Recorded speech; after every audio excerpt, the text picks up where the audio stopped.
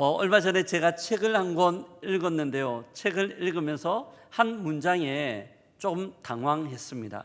그 문장은요, 봉사에는 프로, 믿음에는 아마추어라는 문장이었습니다. 모태신앙 다시 시작하기라는 책에 나오는 내용이었는데요, 조금은 과격하지만 짧은 한마디에 많은 의미를 담고 있었습니다. 저를 포함한 수많은 모태신앙들이 어릴 때부터 교회에 출석하기에 봉사나 또한 여러 가지 사역들을 하는 게 익숙합니다. 교회 밖에 있는 시간보다 교회 안에 있는 시간들이 더 많고, 또한 교회 안에 있을 때 마음적, 심적 평안함을 누리기 때문이죠. 그러면서 스스로 생각합니다. 나는 신앙생활 잘하고 있다. 나는 신앙생활 아무 문제 없다는 생각들을 할 수가 있습니다. 그런데 정말 그럴까요? 정말 그럴까요?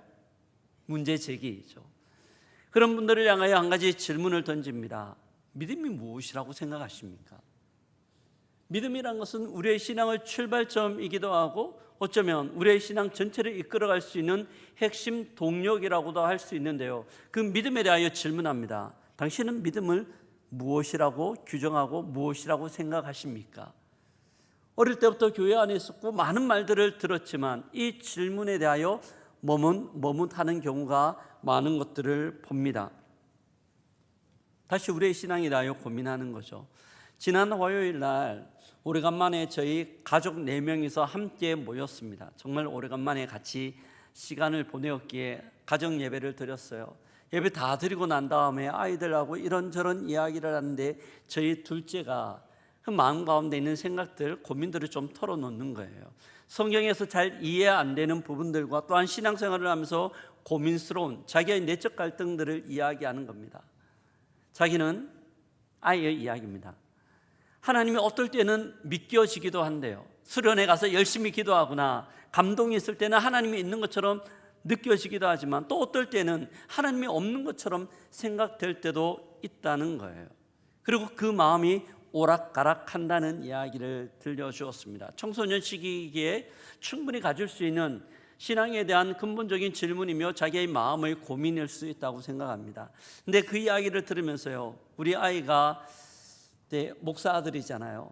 이 아이가 고등부 예배를 빠지지 않고 참여하고, 어떨 때는 주일 저녁 예배도 오고요, 또한 금요 성령 축제에 와서 열심히 기도하기도 합니다. 그런 모습들을 보면서 아무 문제 없겠구나, 얘는 신앙생활 잘하고 있구나라는 생각들을 했는데 조금 의외였습니다. 모태신앙이고 목사 아들이고 6대째 신앙임에도 불구하고 이 아이의 믿음이 그것 가운데 그것으로 인하여 결정되는 것들은 아니었기 때문입니다. 믿음이 무엇일까요? 어쩌면 우리도 마찬가지로 여러 고민들 가운데 있을 수 있습니다. 교회는 다녔지만 신앙생활의 출발이며 또한 기본이라고 할 수 있는 믿음은 무엇인가라는 질문에 대하여 주저할 때도 우리 또한 있기 때문입니다. 봉사도 하고 예배도 빠지지 않는 등 교회는 익숙한데 하나님과의 관계는 왠지 헐거워지고 소원해졌습니다. 그래서요, 저는 오늘 예배 새생명 축제를 마치고 난 다음 아마 이 자리에는 오래간만에 교회 나오신 분들도 있고, 아니면 교회 처음 나오신 분들도 있을 거예요. 어쩌면 오랫동안 교회 다녔지만 이 질문에 대하여 흔들리고 주저하는 분들도 있을 겁니다.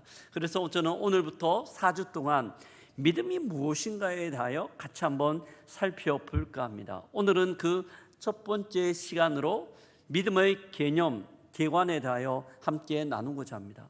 오늘 우리가 읽었던 본문 히브리서 11장은요, 흔히 우리가 표현하는 대로 믿음장이라고 이야기합니다. 1절부터 마지막 40절까지 쭉 믿음에 대하여 이야기할 뿐만 아니라 믿음으로 살아갔던 수많은 사람들의 삶의 모습들을 우리에게 보여주고 있죠. 믿음이 무엇인지, 믿음으로 산다는 것이 어떤 것인지를 우리에게 교과서처럼 가르쳐주고 있어요. 그런데 이런 질문을 합니다. 왜 히브리서 11장은 이렇게 믿음에 대하여 처음부터 이야기하는 걸까?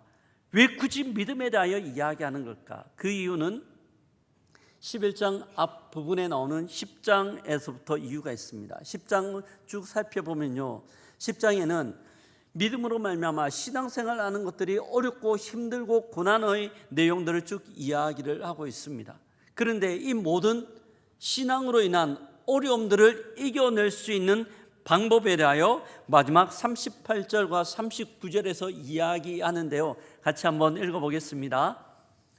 나의 의인은 믿음으로 말미암아 살리라. 또한 뒤로 물러가면 내 마음이 그를 기뻐하지 아니하리라 하셨느니라. 우리는 뒤로 물러가 멸망할 자가 아니요 오직 영혼을 구원함에 이르는 믿음을 가진 자니라 말씀하고 있습니다. 믿음은 모든 것들을 극복하고 또한 승리케 하며 어려움 가운데서도 뒷걸음치지 않고 앞으로 전진하게 하며 나아갈 수 있게 만드는 힘이라고 이야기합니다. 사랑하는 성도 여러분, 믿음이 무엇이기에 이 고난과 역경 가운데서도 주저하거나 뒤로 물러가는 것이 아니라 앞으로 나아갈 수 있도록 하는 걸까요? 믿음이 어떤 힘을 가지고 있기에 이런 일들을 할 수 있는 걸까요? 이런 질문에 대하여 11장 들어오면서부터 1절을 이야기하죠. 믿음은 이라고 이야기하며 40절까지 쭉 그렇게 하는 믿음이 무엇인가를 우리에게 설명하고 또한 말씀해 주고 있습니다. 저는 말씀을 통해서요, 믿음이 가지고 있는 믿음의 본질들을 함께 나누려고 하는데요. 첫 번째는 이 믿음이 무엇일까라고 이야기할 때 1절에 나오죠. 믿음은 바라는 것들의 실상이요 보지 못하는 것들의 증거니라. 1절에서는 믿음을 두 가지로 규정합니다. 믿음이라는 것은 바라는 것들의 실상이고 보지 못하는 것들의 증거라고 이야기합니다. 사전적 의미로서요, 믿음을 한번 살펴보면 믿음은 타인이나 신들에 대하여 신뢰하거나 또한 진정성을 가지는 것, 이것이 믿음이라고 이야기합니다. 타인이나 신에 대하여 신뢰하거나 진정성 또한 진실성을 가지는 것이 믿음이라고 이야기해요. 하지만 성경은 조금 다르게 우리에게 믿음을 규정하고 또한 정의합니다. 1절에서 이야기하는 것처럼 믿음은 바라는 것들의 실상이라고 이야기해요. 실상이라는 단어의 의미가 무엇일까요? 실상은 우리의 눈에 잘 보이지 않지만 우리의 마음에는 현실로 있는 것들을 실상이라고 이야기합니다. 이미 우리의 마음 가운데는 그것들이 있는 것, 존재하는 것들이 실상이죠. 그리고 뒤에서 이어서 이야기합니다. 바라는 것들의 증거라고 이야기합니다. 증거라는 거예요. 우리가 어떤 타인하고 토론을 할 때요, 막 나의 주장을 상대방한테 이야기합니다. 설득하고 주장하기 위하여.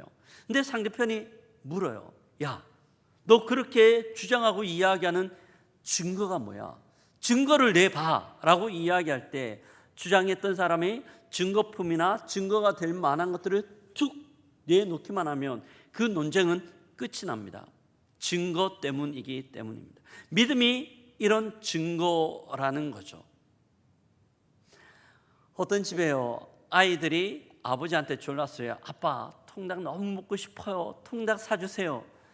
이런 아이들이 요청하자 아빠가 그 다음날 아이들을 바라보며 이야기합니다. 야, 아빠가 퇴근할 때 통닭 2마리 사올게, 양념하고 후라이드를 사올게 라고 이야기합니다. 이 아이들은 하루 종일 지내면서요, 그 머릿속에 뭐가 생각났을까요? 뭐가 기억났을까요? 통닭이 기억났을 거예요. 그들 눈앞에 통닭은 없어요. 그럼에도 불구하고 그들 마음 가운데 통닭은 실증이 되었어요. 오늘 본문 가운데 나오는 실상이 되었던 거죠. 왜 그렇게 되었을까요? 아빠가 말해준 그 말들이 증거가 되었기 때문입니다. 이미 그들은 보이지 않고 갖고 있지 않음에도 불구하고 그들의 마음과 그들의 삶들 가운데 통닭은 증거, 실제가 되었던 거죠. 이게 믿음과 함께 연결되는 겁니다. 어떤 신학자들은요, 믿음이라는 단어를 규정하면서 계약서라고 보증서라고 설명을 합니다. 보증서, 계약서의 개념을 가지고 믿음을 설명해요. 여러분, 계약서를 한번 작성해 보신 적 있습니까? 아마 많이 하셨을 거예요. 주로 언제 많이 합니까? 차를 구매할 때 계약서를 작성하고 어떤 협정을 맺을 때 계약서 작성합니다. 많은 사람들이 제일 중요하게 생각하는 계약서가 있다라면 전세를 구할 때나 집을 구할 때 계약서입니다. 보통 집이 없는 분들이 마음의 소원을 가지고 있죠. 자가 아파트 가졌으면 좋겠다라는 마음 때문에 분양 신청을 많이 넣습니다. 분양이 치열할 때 될까 싶지만 어느 날 연락이 왔어요. 문자로 합격 축하드립니다. 분양 받으셨습니다. 너무너무 좋습니다. 그래서요, 분양 사무실에 가서 계약서를 작성하고 적지 않지만 많은 계약금을 턱 제출합니다. 그리고 손 안에 종이 몇 장밖에 안 되는 계약서지만 이것들을 가지고 집으로 옵니다. 이후부터 이 부부의 삶은 달라져요. 인터넷을 막 뒤지기 시작합니다. 가구점을 돌아다니고 또한 전자상가를 돌아다닙니다. 새롭게 이사갈 집 어떻게 꾸밀까? 어떤 가구를 배치할까? 색깔은 어떤 색으로 하고 가전은 어떻게 할까? 아이들의 방은 어떻게 할까? 많은 생각들을 하죠. 근데 그런 생각들을 할 때요, 아파트는 지어지지도 않았어요. 그냥 땅만 덩그러니 있습니다. 그럼에도 불구하고 이 부부들은 행복한 고민들을 하고 조사를 합니다. 이런 모습들을 보면서 주위에 있던 사람들이 혀를 끌끌끌 차며, 아이고, 젊은 사람들이 왜 저럴까? 있지도 않는 것들을 보면서 왜 저렇게 호들갑을 떨며 좋아할까? 김치 국물부터 마실까라고 이야기하거나 걱정하는 사람 없어요. 그런 사람 별로 없습니다. 뭐 때문에 그런 걱정 안 합니까? 뭐 때문에 이런 부부들이 행복해하며 이런 고민들을 할까요? 그들의 손 가운데 들려진 계약서 때문입니다. 이 계약서가 있기 때문에 비록 그들의 눈 가운데 실제적으로 아파트는 없지만 그들의 마음 가운데 이미 아파트는 세워져 있기 때문입니다. 이것이 성경이 우리에게 이야기하는 믿음의 한 본질이며 모습이라고 이야기할 수 있습니다. 지금은 아니지만 하나님을 믿기에 그 약속의 성취를 미리 바라보며 그 약속들을 붙들고 살아가는 것이 믿음이라고 이야기하는 거죠. 그렇다면 이 믿음의 개념과 정의를 가지고 우리의 삶을 향하여 한 발자국 더 앞으로 나아가 보도록 하겠습니다. 우리는요, 스스로를 꽤 현실적이고 냉철한 사람이라고, 현실적이라고 생각을 합니다. 그래서요, 보이는 것이나 손에 잡히는 것이나 우리의 경험을 통하여 이해되는 것들, 그리고 우리가 눈앞에 경험하는 것들, 이 모든 것들을 근거로 평가하고 판단을 합니다.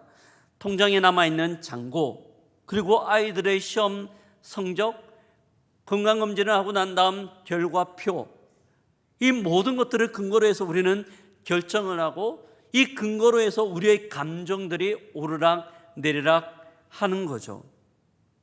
근데 정작 하나님의 약속 앞에서는 어떻습니까? 사랑하는 성도 여러분, 하나님의 약속 앞에서 우리의 결정하는 중심이나 우리의 감정은 어떻게 반응하고 있습니까? 말씀은 알겠는데 지금 현실은 그렇지 않지 않습니까? 하나님의 약속을 믿기는 하지만 어쩔 수 없는 것 아닙니까? 이렇게 우리는 하나님의 약속 앞에서 믿음의 반응들이 아니라 현실적인 반응들을 하며 나가고 있지 않는가에 대한 질문입니다. 우리는 계약서 한 장 있으면 아직 짓지도 않는 집을 자기 집처럼 여기면서 살아가지만 하나님의 말씀이라는 언약의 약속의 계약서 앞에서는 너무나 쉽게 불안해합니다. 말씀은 분명히 들었지만 그 말씀이 내 선택에 영향을 미치고 내 태도를 흔들게 할 만큼 맡기지는 않기 때문입니다. 아는 것과 믿는 것의 차이가 있고 믿는 것과 그렇게 사는 것 가운데는 상당한 갭이 있기 때문에 믿음이라고 이야기하지만, 믿는다라고 이야기는 하지만 나의 삶들은 그렇게 살아가고 있지 않다는 거죠. 실제 삶의 중요한 순간에 하나님이 아니라 내가 그 중심에서 결정들을 좌지우지하고 또한 그 결정들을 내 마음으로 확고하게 붙들고 있기 때문입니다. 이게 우리의 모습 아닌가 싶어요. 근데 오늘 본문 가운데 나오는 노아의 모습은 조금 다릅니다. 하나님께서 노아에게 방주에 대한 말씀을 하셨어요. 그런데요, 하나님께서 이 노아에게 방주에 대한 말씀을 하실 때 이때는요, 비에 대한 개념 자체가 없었습니다. 비에 대한 개념 자체가 없었기에 당연히 홍수라는 개념 자체, 의미 자체가 없던 그런 시기였습니다.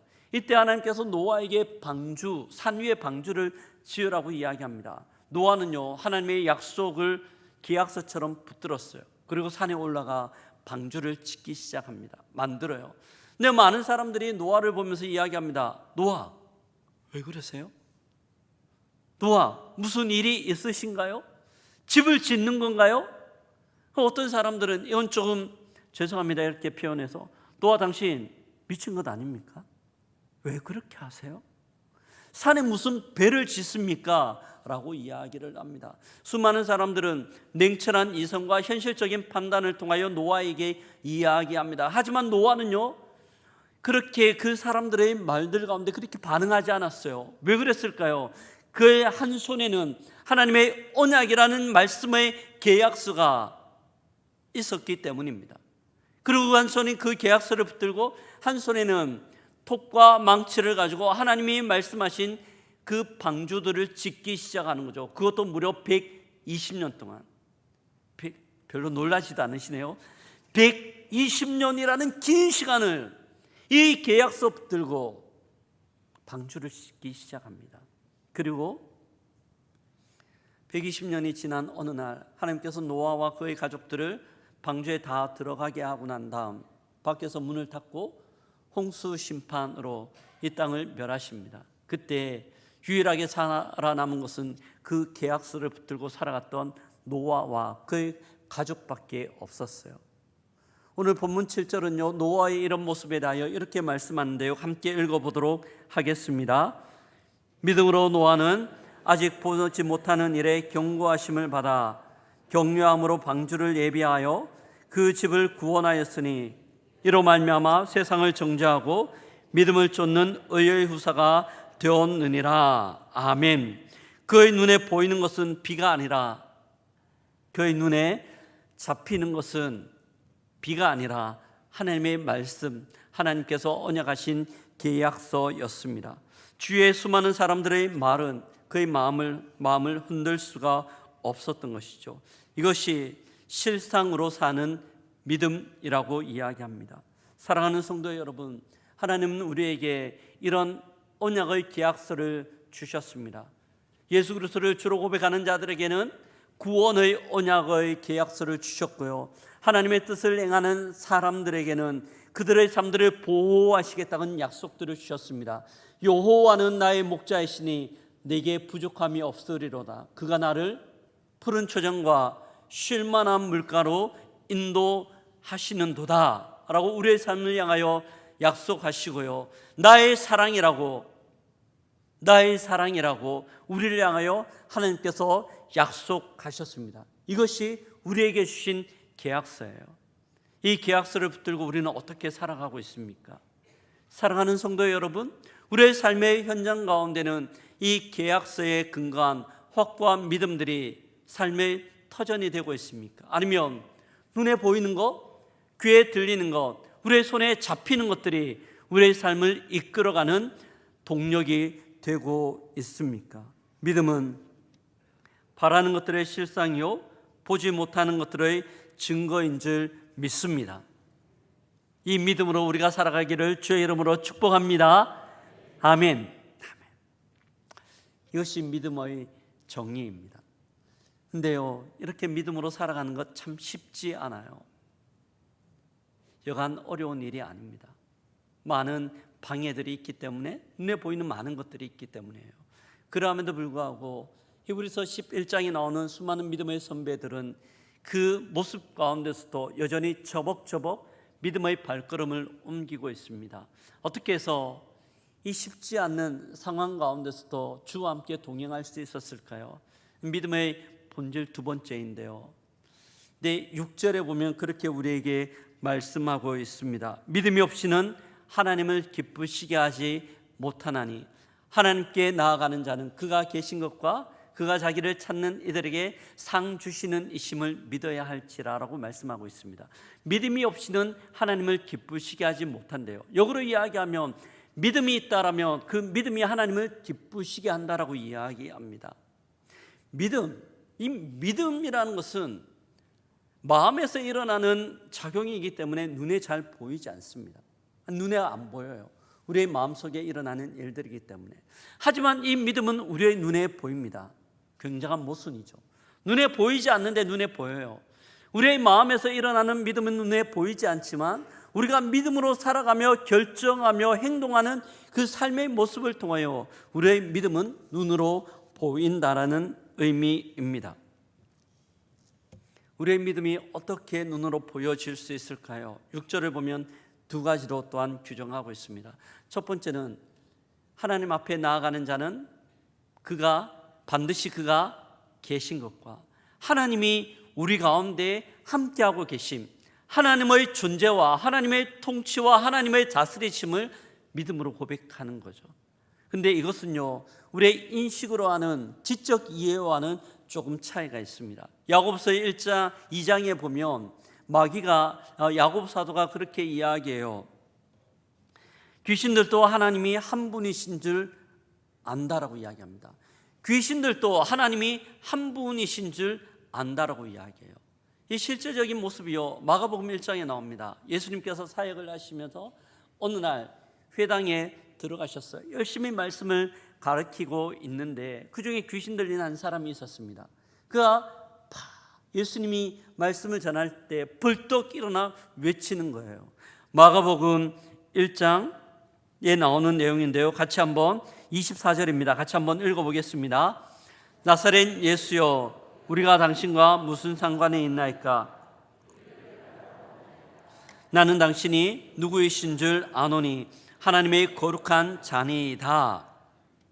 귀신이 예수님을 바라보며 하나님의 거룩한 자라고 표현하고 있습니다. 예수님께서 이 귀신 들린 사람, 귀신의 이 말에 대하여 어떻게 평가하고 반응하셨을까요? 정확하잖아요. 하나님의 거룩한 자. 마태복음 16장 16절 베드로가 한 고백에 대하여 예수님께서 바요나 시몬아 내가 복이 있다, 내가 복이 있다 라고 칭찬하셨던 것처럼 이 귀신에 대하여 그렇게 평가하셨을까요? 아니요, 전혀 아니에요. 오히려 예수님은 그 귀신을 책망하고 그에게서 나갈 것들을 명령하셨습니다. 귀신은 예수님을 하나님의 거룩한 자라고 인정했음에도 불구하고 왜 이렇게 평가하고 판단할까요? 귀신은 인지적으로는 예수님을 알았지만 예수님을 믿지 않았기 때문입니다. 믿는 것과 아는 것이 구분되기 때문이죠. 우리는요, 신앙생활을 하면서요, 우리가 알고 있는 것들을 우리가 믿는 것이라고 착각할 때가 너무나 많습니다. 특히 저 같은 사람이에요. 성경을 연구하고 앞에서 설교하고 또한 성경 공부를 통하여 많은 것들을 가르칩니다. 어떻게 살아가야 되는지를 이야기합니다. 이것들을 통하여 전 너무나 많은 말들을 하기 때문에 마치 제가 그렇게 살아가는 것처럼 그렇게 착각할 때가 있다는 거죠. 이걸 학문적인 용어로 자기 동일시의 착각이라고 이야기합니다. 자기가 말하는 것들을 자기가 그렇게 살아간다라고 동일시하는 자기 동일시의 착각이라고 이야기를 합니다. 근데 우리의 믿음이란 그것이 아니에요. 믿음은 우리의 행동을 동반한 방향성이에요. 어느 날 교수가 수업을 하러 들어오는 학생들에게 질문을 합니다.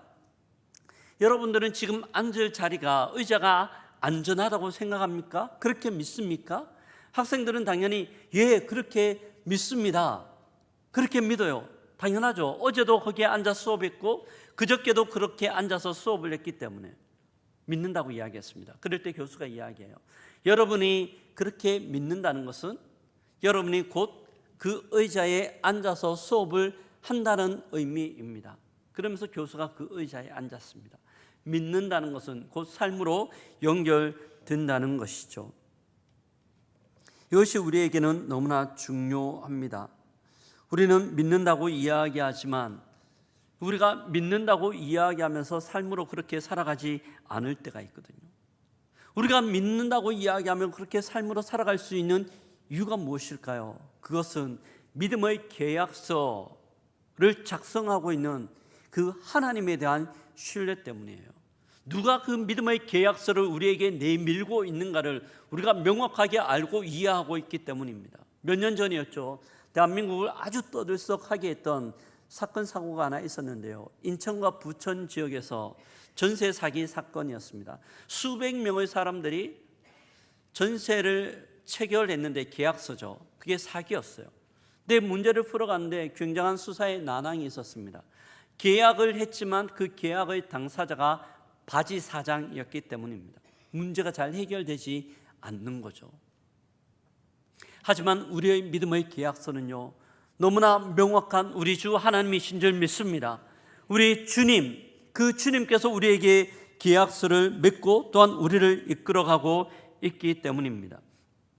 사랑하는 성도 여러분, 하나님에 대해 믿습니까? 하나님을 믿습니까? 아유, 소리가 좀 작은데요. 하나님을 믿습니까? 아멘. 이것이 우리의 믿음의 고백이고 신앙의 고백입니다. 그렇다면 우리는 하나님을 의지하여 살아가야 합니다. 내 삶의 순간순간마다 하나님을 의식하며 살아가는 거죠. 중요한 결정의 상황 가운데 하나님을 의식하여 그 결정들을 하고, 중요한 선택의 순간 가운데 하나님을 의식하여 그 선택을 합니다. 내 마음 가운데 수시로 요동치는 나의 감정 또한 감정의 나를 맡기는 것이 아니라 하나님을 신뢰하는 믿음 가운데 나의 감정들을 맡기는 거죠. 1859년도에 실제적으로 있었던 하나의 사건입니다. 캐나다와 미국을 경계하는 나이아가라 폭포, 그 폭포 위에 긴 줄이 하나 쭉 연결되어져 있었습니다. 그 줄 위에 한 고개사가 올라가서요, 그 줄을 타고 낭떠러지 같은 나이아가라 폭포 위를 이동하며 왔다 갔다 하고 있었습니다. 그를 지켜보고 있던 수많은 사람들이 이 고개사의 현란한 모습을 바라보며 박수갈채를 보냅니다. 멋지다고, 훌륭하다고, 대단하다고 그렇게 박수갈채를 보내고 있었습니다. 그때 그 고개사가 자기를 바라보고 있는 수많은 청중들을 향하여, 관객들을 향하여 이야기합니다. 여러분, 제가 잘 할 거라고 생각합니까? 네, 잘할 거라고 생각합니다. 제가 안전하게 여기를 건널 거라고 믿습니까? 네, 믿습니다. 그렇다면 여러분들 중에 저의 등에 업혀 함께 건널 한 사람만 앞으로 나와 주십시오. 여러분이 제가 안전하게 이 폭포를 건널 것들을 믿는다라면 한 사람만 자원하여 나와 주십시오. 삽시간에 요란스럽고 소란스럽던, 환호하던 그 모든 사람들이 쫙 하게 됩니다. 믿는다고 이야기하였지만 그들은 믿지 않았어요. 그때 한 사람이 손을 번쩍 들며 그 고개사 앞으로 나아갑니다. 그리고 그는 고개사 등에 업혀서 그 밧줄 위를 이쪽 편에서 건너 저쪽 편까지 다 지나갔습니다. 그 사람의 이름은 해리 콜코드라는 사람이에요. 고개사의 매니저였습니다. 오랫동안 고개사와 함께 동고동락을 하고 함께 시간을 보내며 그 고개사에 대한 철저한 신뢰와 믿음이 그에게 있었기 때문입니다. 사랑하는 성도 여러분, 군중들은 압니다, 동의합니다 라고 외쳤지만 실제로 업힌 사람은 아무도 없었습니다. 우리가 교회에서 아멘이라고 외치는 것은 마치 군중의 환호일 수 있습니다. 하지만 진짜 믿음은 구경꾼으로 남아 박수만 치는 것이 아니라 주님의 등 뒤에 내 삶을 온전히 업히는 겁니다. 주님의 등 뒤에 내 삶을 온전히 올려드리는 겁니다. 내 생각과 상식을 내려놓고 주님께 올라타는 것, 그것이 하나님이 우리에게 요청하시는 믿음이라는 거죠. 이것이 성경이 우리에게 말씀하시는, 히브리서 기자가 우리에게 외치고 있는 믿음입니다. 이게 믿음이에요. 근데 이 믿음이 쉽습니까? 이 믿음으로 살아가는 것 쉬울까요? 그렇지 않아요. 제가 앞에 서서 설교하고 있지만 저 참 믿음이 좋은 사람이라고 생각을 함에도 불구하고 수시로 저 또한 넘어지고 쓰러질 때가 너무나 많기 때문입니다. 조그만 일들 때문에 염려와 걱정으로 제 마음이 짓눌려질 때가 있습니다. 기도해야 됨에도 불구하고 오히려 염려하고 걱정하며 시간들을 보냅니다. 어떨 때는요, 제 삶 가운데 일어나는 그 하나의 사건과 일들 때문에 감정이 오르락 내리락 하며 갈피를 못 잡고 있는 저희 내면을 제가 알기 때문입니다. 참 쉽지 않아요. 그런데요, 여러분들은 어떻습니까? 여러분들은 그럴 때 있지 않습니까? 우리에게 필요한 것은 이게 참 쉽지 않지만, 이게 용기가 필요하지만 주님 앞에 다시 한번 나아가는 겁니다. 주님, 저희 믿음 없음을 불쌍히 여기십시오. 하지만 하나님, 저에게 믿을 수 있는 은혜를 허락하여 주옵소서 기도하며 주님 앞에 나가야 되는 줄 믿습니다. 그럴 때 주님은 우리를 다시 한번 붙들어 주시고 믿음의 용사가 받는 은혜들을 허락해 주시는 거죠. 믿음으로 사는 건 쉽지 않기 때문입니다. 내 믿음으로 사는 건 쉽지 않지만 우리가 그렇게 할 수 있는 비결과 이유가 있어요.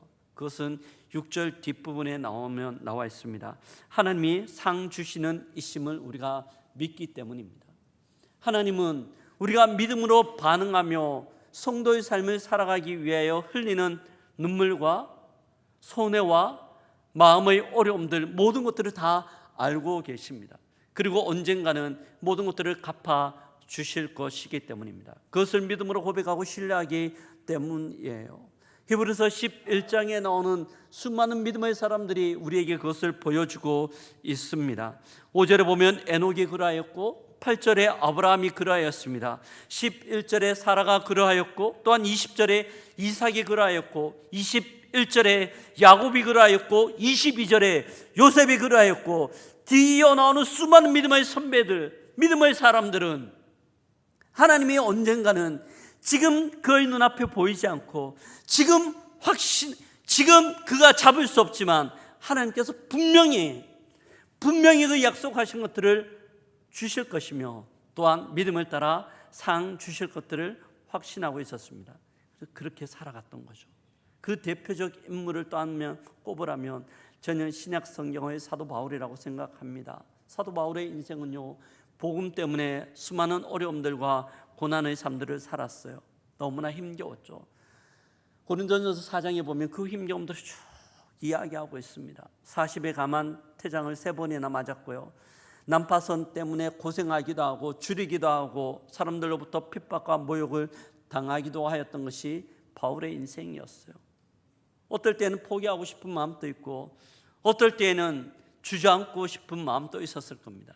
하지만 바울이 그렇게 하지 않았던 이유는요, 디모데후서 4장에서 그가 우리에게 들려주는 말씀이 있습니다. 나는 선한 싸움을 싸우고 믿음을 지켰으니 이제후로는 나를 위하여 의의 면류관이 예비되었으므로 그날에 주께서 내게 주실 것이요 나는 선한 싸움을 싸우고 나의 달려갈 길을 마치고 믿음을 지켰으니 나를 위하여 의의 면류관이 예비되었으므로 그날에 주께서 나에게 주실 것이요. 사도 바울은요, 힘들 때도 있고 어려울 때도 분명히 있었을 거예요. 하지만 그는 마지막 때에 주께서 그에게 주실 생명의 면류관, 의의 면류관을 바라보았기 때문에 열심히 한 발자국 한 발자국 믿음의 발걸음을 내디딜 수 있었습니다. 어느 마라톤 동호회에서는요, 마라톤 대회에 나가기 전 꼭 먼저 하는 일이 하나 있대요. 출발점이 아니라 도착 지점, 결승점 지점에 먼저 미리 가서 사진을 먼저 찍는다는 겁니다. 그리고 그 사진을 사람들에게 나눠준다는 거예요. 사람들이 물었습니다. 왜 그렇게 합니까? 왜 그렇게 합니까? 우리가 이렇게 하는 이유는요, 마라톤 하다가 보면 너무 힘들거든요. 어려워서 어떨 때는 포기하고 싶을 때도 있고 어떨 때는 그만두고 싶을 때도 있고 어떨 때는 걷고 싶을 때도 있어요. 하지만 결승점을 통과하고 난 이후 그가 누리게 될 기쁨과 감격들이 있기 때문에, 결승점 앞에서 누리는 그 기쁨들이 있기 때문에 나는 이 경주들을 달려갑니다. 그래서 사진을 찍어서 머릿속에 저장해 두는 겁니다 라는 이야기를 했다는 겁니다. 사랑하는 성도 여러분, 어쩌면 우리의 신앙이 그러한 것 아닌가 싶습니다. 믿음의 경주들을 달려가는 것은 마치 마라톤 경주와 같아요. 힘들어요. 그리고 일평생 달려가는 거죠. 어떨 때는 사람들의 말들 때문에 상처받을 때도 있고 어떨 때는 상황 때문에 시험에 들 때도 있어요. 어떨 때에는 너무 힘겹고 그만두고 싶은 포기하고 싶은 마음의 유혹이 들 때도 있습니다. 하지만 우리는 기억해야 합니다. 그날에 주께서 우리에게 분명히 상을 주실 줄 믿습니다. 주께서 상 주시는 거죠. 히브리서 11장에 나오는 신앙의 위인들은, 유무명의 신앙의 선배들은 그렇게 달려갔습니다. 이름 없는 수많은 믿음의 초대교회 성도들 또한 마찬가지였습니다. 성경은요, 이런 사람들을 향하여, 세상은 이런 사람들을 향하여 그렇게 표현합니다.